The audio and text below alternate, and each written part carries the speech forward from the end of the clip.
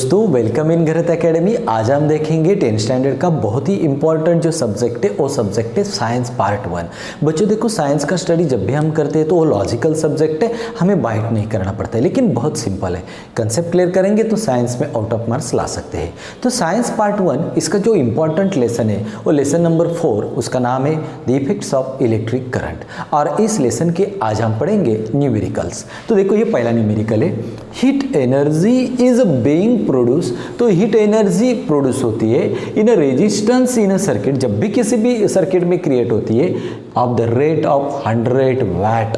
तो बच्चों हर एक न्यूमेरिकल को सॉल्व करने से पहले हमें गिवन को राइट करना है। मतलब इस एग्जाम्पल में जो भी हमें देके रखा है, जो भी वैल्यूज हमें देके रखी है उस वैल्यू के पहले लिखना है। तो देखो 100 वाट मतलब ये पावर है, तो पावर हमें देके रखी है 100 वाट, तो ये लिख के लेना है। आगे देखो अ करंट ऑफ, कितना करंट देके रखा है बच्चों 3 एम्पियर। तो करंट के लिए हम किसका सिंबल यूज करते हैं, कौन सा सिंबल है बच्चों आई। तो कितना एम्पियर देके रखा है करंट हमें 3 एम्पियर। उसके बाद देखो is a flowing in a circuit what must be the value of resistance. तो बच्चों हमें क्या ढूंढना है, इसके लिए हम लिखेंगे टू फाइंड। तो हमें क्या ढूंढना है बच्चों, रेजिस्टेंस को लेटर क्या लिखते हैं हम, आर लेटर लिखते हैं। तो हमें क्या ढूंढना है, आर को ढूंढना है। तो देखो अभी हम किस तरह से इस एग्जाम्पल को सॉल्व करेंगे, फॉर्मूला। तो बच्चों ये फार्मूला हमने पढ़ा था पावर इस पॉइंट में, जूल्स लॉ के पॉइंट्स में भी हमने पढ़ा था। तो क्या फार्मूला था, P is equal to I square R. तो इस फार्मूले से ही हम इस एग्जाम्पल को सॉल्व करेंगे। तो ये फार्मूला कहाँ है, हमने 4th लेसन में जो पावर पॉइंट पढ़ा था ना उसमें ये फार्मूला है, नहीं तो जूल्स लॉ उसमें भी ये फार्मूला आता है। तो देखो अभी हम सोल्यूशन करेंगे। तो बच्चों सिर्फ वैल्यूज को पुटअप करना है। पावर की वैल्यू कितने देके रखे हैं हमें 100 is equal to I square. तो आई कितना है बच्चों, यहाँ पे आई की करंट की वैल्यू 3 है, लेकिन उसका स्क्वायर है तो इसका स्क्वायर बनाओ इनटू आर को मुझे फाइंड करना है। फिर देखो यहाँ पे 100 इज इक्वल टू, अभी बच्चों 3 का स्क्वायर कितना आता है, 3 का स्क्वायर बनेगा 9 इंटू आर। देयरफॉर बच्चों हमें आर को फाइंड करना है तो उसे जगह पे रखो, आर को एक ही जगह पे। अभी ये 9 मल्टीप्लाइड है, यहाँ आने के बाद डिवाइड होगा, तो मतलब 100/9। अभी हम डिवाइड करके लेते हैं, यहाँ पे किधर भी करो आप डिवाइड, यहाँ पे कर लेते 100/9। 9 1 जा 9, अभी 10 में से 9 गए, 1 बचेंगे। फिर हमने 0 को लिया, 9 1 जा 9, फिर बच्चों 1 बचा, फिर हम 0 लेंगे तो डेसिमल देंगे यहाँ पे 9 1 जा 9, फिर 1 बचा, फिर 0, 9 1 जा 9।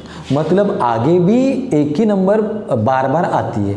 तो बच्चों इसका मतलब क्या होगा, R इज इक्वल टू, कितना आंसर आ गया 11.11। और R मतलब रेजिस्टेंस, उसका यूनिट भी लिखना पड़ेगा, उसका यूनिट है ओहम। मतलब रेजिस्टेंस की वैल्यू मुझे कितनी मिलेगी 11.11।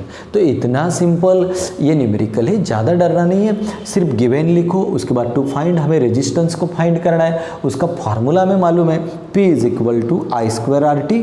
P मतलब पावर 100 वाट, आई की वैल्यू 3 का स्क्वायर बनेगा, और R 3 का स्क्वायर बनेगा बच्चों 9, ये मल्टीप्लाइड यहाँ आने के बाद डिवाइड होगा, तो आंसर मिला 11.11। तो इतना सिंपल तरीके से हम इस न्यूमेरिकल को सॉल्व कर सकेंगे। तो next example, 2 tungsten bulbs of wattage, first is the 100 watt and second is the 60 watt. तो पहले बच्चों हम गिवन को लिखेंगे। तो देखो गिवन को लिखने से पहले हम एक एग्जांपल को समझना है। 2 टंगस्टन बल्ब्स ऑफ वेटेज 100 वाट, वाट मतलब ये पावर है, तो P इज इक्वल टू 100 वाट।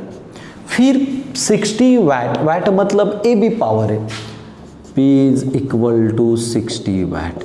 तो 2 पावर है ना बच्चों, तो एक को P1 ले लो और एक को P2 ले लो।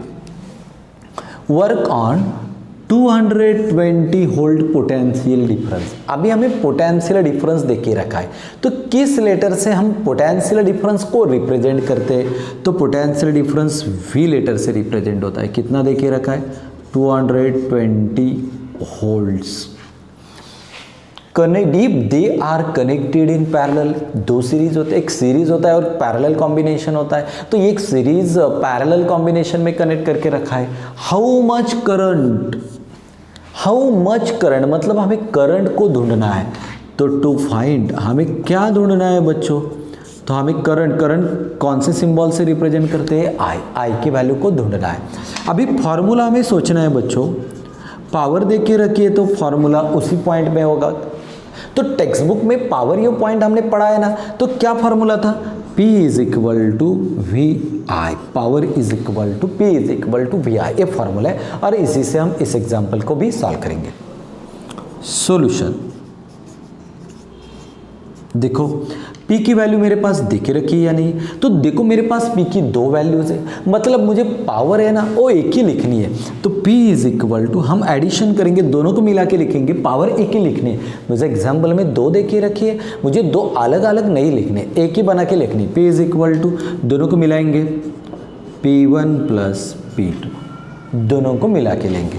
तो देखो बच्चों, P is equal to P1 कितना है 100 प्लस P2 की वैल्यू मेरे पास कितनी है 60, टोटल कितने हो गए बच्चों 160। तो मुझे पावर कितनी मिलेगी 160 वाट। तो दोनों मिला के हमने कितनी ली पावर, दोनों को मिला के 160 हो गई पावर। अभी हम फॉर्मूले में वैल्यूज को पुटअप करेंगे। तो देखो P इज इक्वल टू 9, तो फॉर्मूला हमारा क्या था, P is equal to V I. अभी पावर मेरे पास कितनी है 160, V पोटेंशियल डिफरेंस कितना है मेरे पास बच्चों 220। अभी इन दोनों के बीच साइन नहीं, मतलब इनटू होगा, और फिर I की वैल्यू करंट को मुझे फाइंड करना है। सिर्फ वैल्यू को पुटअप किया मैंने। अभी चलो I को मुझे ढूंढना है, एक ही जगह पे रखो इसको, यह मल्टीप्लाइड है, यहाँ आने के बाद डिवाइड होगा, तो मतलब 160 अपॉन 220। अभी बच्चों हम जीरो को काटेंगे, ये जीरो को काटेंगे, तो बच्चों कितना बचेगा यहाँ पे I is equal to 16 upon 22। अब ये दोनों ही नंबर किसके टेबल में आते हैं, क्या दो के आते हैं, देखो 8 2 जा 16 और 11 2 जा 22, मतलब I इज इक्वल टू, ऊपर बचा 8 और नीचे बचेंगे 11। चलो अभी इनका डिवाइडेशन करके लेते, क्या आएगा डिवाइडेशन पर, देखो 8 को डिवाइड करेंगे 11 से। चलो 11 के टेबल में 8 नहीं होते, तो हमने 0 लिया, मतलब यहाँ पे 0 दे के रखा हमने, तो यहाँ पे 0 लिया हमने, तो यहाँ पे बचेंगे 8। अभी फिर हमने क्या किया, 0 ले लिया, तो यहाँ पे डेसिमल देंगे, 11 7 जा 72। अभी 80 में से 77 गए, तो कितने बचेंगे बच्चों 3। फिर एक बार हमने 0 लिया यहाँ पे, 11 2 जा 22।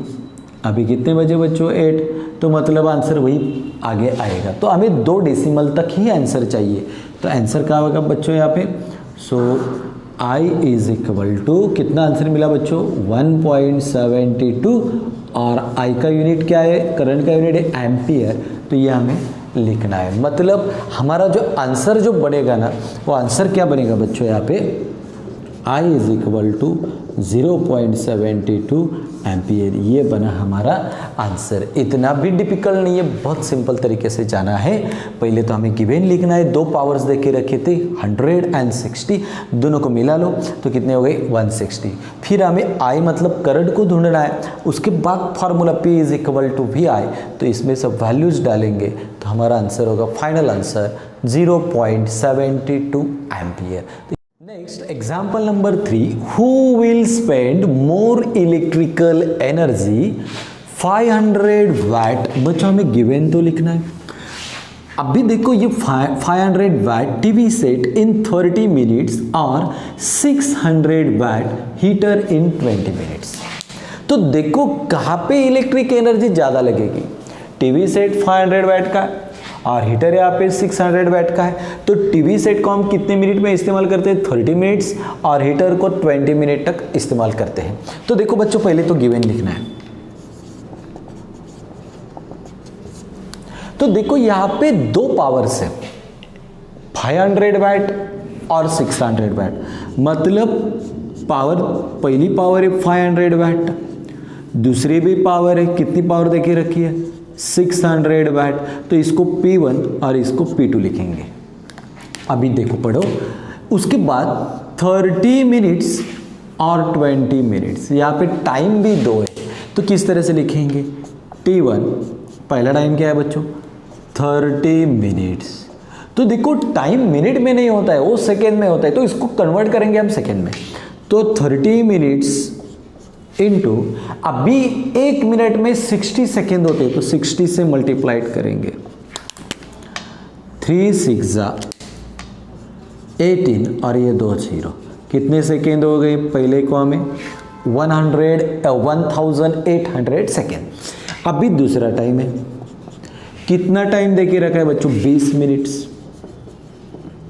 अभी बच्चों इसको भी कन्वर्ट करना पड़ेगा, तो चलो सेकेंड में कन्वर्ट करेंगे, 20 इंटू गुना, अभी एक मिनट मतलब 60 सेकेंड, तो 60 से मल्टीप्लाइड करेंगे, गुना करेंगे, 6 2 12 और ये 2 0 सेकेंड्स, तो ये हो गया T2। मतलब बच्चों दो पावर है, एक P1 और एक P2 लिया, 500 और 600, टाइम भी दो है, एक 30 मिनट है उसको कन्वर्ट किया सेकेंड में, तो 1800 सेकेंड बने। अब भी 20 मिनट है उसको भी सेकेंड में कन्वर्ट करेंगे तो 1200 सेकेंड्स मिले। अभी ये हमने गिवन में लिखा। अभी बच्चों टू फाइंड, क्या फाइंड करना है यहाँ पे देखिए लिख रहे हो, who will spend more electric energy, किसको ज़्यादा इलेक्ट्रिक एनर्जी लगती है, तो हम डायरेक्टली फॉर्मूला लिखेंगे। ये फॉर्मूला भी हमने पावर इस पॉइंट में पढ़ा था,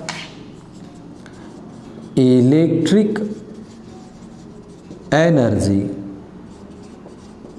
consume is equal to, formula था बच्चों पीटी। क्या फॉर्मूला था पीटी, ये पावर इस पॉइंट में हमने पढ़ा था। अभी हम सॉल्व करेंगे, रेडी। तो पहले हम क्या करेंगे, टीवी सेट को लेंगे, फॉर टीवी सेट। तो पहले टीवी सेट की पावर हम निकालेंगे, किसकी पावर निकालेंगे, टीवी सेट की। क्या फॉर्मूला था बच्चों पीटी, चलो P इंटू टी, तो P टीवी सेट के लिए कितना था 500 इंटू P1 और T1 लेंगे टीवी के लिए, चलो, और टाइम कितना लगता था सेकेंड में 1800। देखो पहले हम टीवी सेट की पावर को निकालेंगे, पहले पावर को निकालते हैं तो P1 और T1, तो P1 कितना है मेरे पास 500 और T1 मेरे पास 1800। तो चलो अभी इनका 18 से 5 को गुना करेंगे, 18 5 90, अभी कितने जीरो बचे 1 2 3 4, 1 2 3 4। अभी बच्चों इसको किस तरह से लिखेंगे हम, देखो 9 इंटू 10 रेस टू, कितने जीरो है काउंट करो, 1 2 3 4 5, तो इसका मतलब 10 रेस टू 5 जूल। तो ये हो गई हमारी पहली पावर, कितनी पावर होगी पहली। अभी हम दूसरी को निकालेंगे, पहले तो हमें टीवी सेट को निकाला था, फॉर इलेक्ट्रिक हीटर। क्या फार्मूला है बच्चों भाई, क्या फार्मूला पीटी। अभी हीटर के लिए दूसरी पावर है ना, हीटर ये दूसरा था तो हमने पावर दूसरी लिखी, तो यहाँ पे P2 इंटू T2 लेंगे। चलिए यहाँ पे लिखेंगे, जगह कम है, P2 दूसरी पावर हीटर है, हीटर की पावर कितनी थी यहाँ पे 600 इंटू T2, टाइम कितना लगता था 20 मिनट, उसको हमने कन्वर्ट किस में किया सेकेंड में 1200। अभी बच्चों देखो 12 से हम 6 को पहले गुना करेंगे, 12 6 72, अभी जीरो को काउंट करो, 1 2 3 4, 1 2 3 4, मतलब 72 इंटू 10 रेस टू, चलो जीरो को काउंट करो, 1 2 3 4, 10 रेस टू 4 जूल्स। अब हम सेम करेंगे, इक्वल करेंगे, यहाँ पे 10 रेस टू 5 है, यहाँ पे 10 रेस टू 4 है, यहाँ पे भी 10 रेस टू 5 चाहिए, तो हम एक डेसिमल को आगे लेके आएंगे, 2 को डेसिमल, 2 के बाद डेसिमल 7.2 इंटू 10 रेस टू, अभी एक डेसिमल बढ़ा तो 10 रेस टू 5 जूल। अभी बच्चों दोनों को कंपेयर करो, यहाँ पे 9 इंटू 10 रेस टू 5 और यहाँ पे 7.2 इंटू 10 रेस टू 5, तो 7.2 बड़े है या 9 बड़े है, तो 9 बड़े है, मतलब पावर किसको ज़्यादा लगती है टीवी सेट को, किसको लगती है, फॉर टीवी सेट को। टीवी की पावर कितनी आती है 9 × 10⁵ एंड हीटर के लिए कितनी आती है, फॉर इलेक्ट्रिक हीटर 7.2 × 10⁵। तो 7.2 से 9 ज़्यादा है, इसको ज़्यादा पावर लगती है, तो हम लिख सकते हैं TV set, therefore TV set यहाँ से spend more electric energy than, किससे ज़्यादा लगती है इसको, इलेक्ट्रिक हीटर। तो बच्चों ये न्यूमेरिकल इतने डिफिकल्ट नहीं है, हमें समझ लेना है, गिवन लिखना है, टू फाइंड लिखना है। फाइंड देखे आसानी से देके रखा है तो लिखेंगे, नहीं तो नहीं लिखेगा तो भी चलेंगे। और फॉर्मूले में उस वैल्यू को पुटअप करके हमें एग्जाम्पल के आंसर को निकालना